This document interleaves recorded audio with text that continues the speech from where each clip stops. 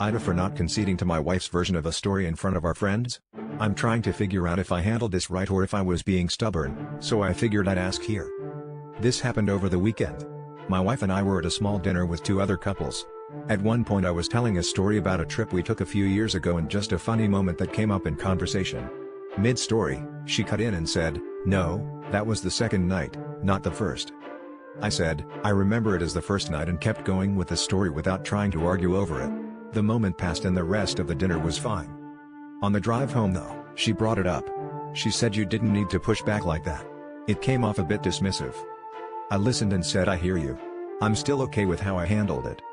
In my mind there was nothing to apologize for, and my comment wasn't about telling her she's wrong, because I only stated my side of things without arguing about it. She got irritated and said I was being defensive and that I always need to be right. Her tone got sharper and it stopped feeling like feedback and started feeling like she was arguing about her own feelings with me that I didn't feel like I was responsible for.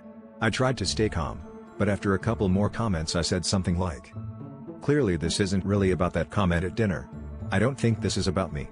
If something else is bothering you, just talk to me directly, but I don't love that it's coming out like this. I'm going to take a walk and cool off, and I'll be back.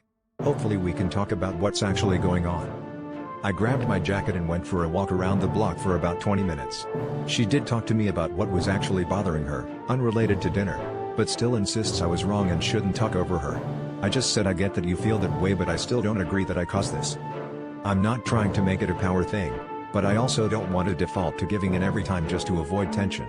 She's free to see things her way, but insisting she's always right about things steps over the line for me when it comes to whether I feel respected in this relationship and dynamic or not. Which is possibly why I'm being a little too particular about holding my ground.